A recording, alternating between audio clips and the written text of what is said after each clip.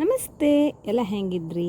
ಇವತ್ತು ವಿಶೇಷ ಅಂತಂದ್ರೆ ದೇವಸ್ಥಾನಕ್ಕೆ ಹೋಗ್ಬೇಕಿತ್ತು. ಹಾಗೆ ಬೆಳಗ್ಗೆ ಬೇಗ ಎತ್ಕೊಂಡು ರೆಡಿ ಆಯಿತು. ಹೊಳ್ಮಗಿ ಹೋಗಿ ದೊಡ್ಡಮ್ಮನೊಂದು ಕರ್ಕೊಂಡು ಸೀದಾ ಕೆಳಕಳಿ ದೇವಸ್ಥಾನಕ್ಕೆ ಹೋಯ್ತು. ಅಲ್ಲಿ ಮಾರಿಕಾಂಬ ದೇವ್ರು ಇಪ್ಪುದು ಸೇಮ್ ಶಿರ್ಸಿಯಲ್ಲಿ ಹ್ಯಾಂಗೆ ಪೂಜೆ ಎಲ್ಲ ನಡೀತು, ಇಲ್ಲಿ ಕೆಳಕಳಿ ಮಾರಿಕಾಂಬ ದೇವಸ್ಥಾನಂಗೂ ಹಾಗೆ ನಡೀತು.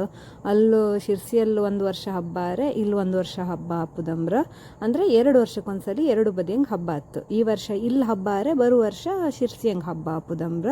ಮೊದ್ಲಿನ ಕಾಲದಂಗೆ ನರಬಲಿ ಕೊಡ್ತಿದ್ದೀರಂಬ್ರ ದೇವರಿಗೆ. ಅದಾದ್ಮೇಲೆ ನರಬಲಿ ನಿಲ್ಲಿಸಿ ಕ್ವಾಣನ ಬಲಿ ಕೊಡು ಶುರು ಮಾಡ್ರಂಬ್ರ. ಅದಾದ್ಮೇಲೆ ಪ್ರಾಣಿ ಹಿಂಸೆ ಮಾಡೋಕ್ಕಾಗಂತಾದ್ಮೇಲೆ ಈಗ ಕ್ವಾಣಂದು ರಕ್ತ ಇರುತ್ತಲ್ಲ ಅದನ್ನ ಮಾತ್ರ ತೆಗೆದು ದೇವರಿಗೆ ಅರ್ಪಣೆ ಮಾಡಿ ಪೂಜೆ ಮುಗಿಸ್ತರು. ಬೇವು ಉಡ್ಸುದು ಅಂತೇಳಿ ಹರಕೆ ಇದ್ದಿತ್ತು, ನಾನು ತುಂಬ ವರ್ಷದಿಂದ ಬಾಕಿ ಇದ್ದಿತ್ತು. ಸಣ್ಣ ಕಿಪ್ಪತಿ ಹೇಳ್ಕೊಂಡದಮ್ರ ಅಮ್ಮ. ಅದು ಆಯ್ಲೇ ಇಲ್ಲ ನನಗೆ ತೀರ್ಸೋಕೆ. ಆದ್ರೆ ಈ ವರ್ಷ ನನಗೆ ಟೈಮ್ ಬಂದಿತ್ತು ಹರಕೆ ತೀರ್ಸೋಕೆ.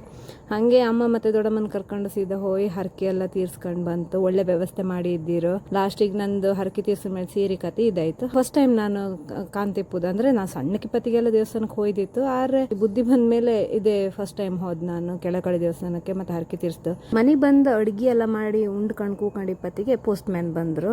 ನಂಗೆ ಇಷ್ಟು ವರ್ಷ ಅಂದ್ರೆ ಒಂದು 7 ವರ್ಷದಿಂದ ಗಾಡಿ ಓಡಿಸ್ತಿದ್ದೆ DL ಇಲ್ದೆ. ಅಂತೂ DL ಟೆಸ್ಟ್ ಕೊಟ್ಟು 6 ತಿಂಗಳಾದ್ಮೇಲೆ ನನ್ನ DL ನನ್ನ ಮನೆಗೆ ಬಂತು. ಮತ್ತೆ ಸಿಕ್ತೇಕ.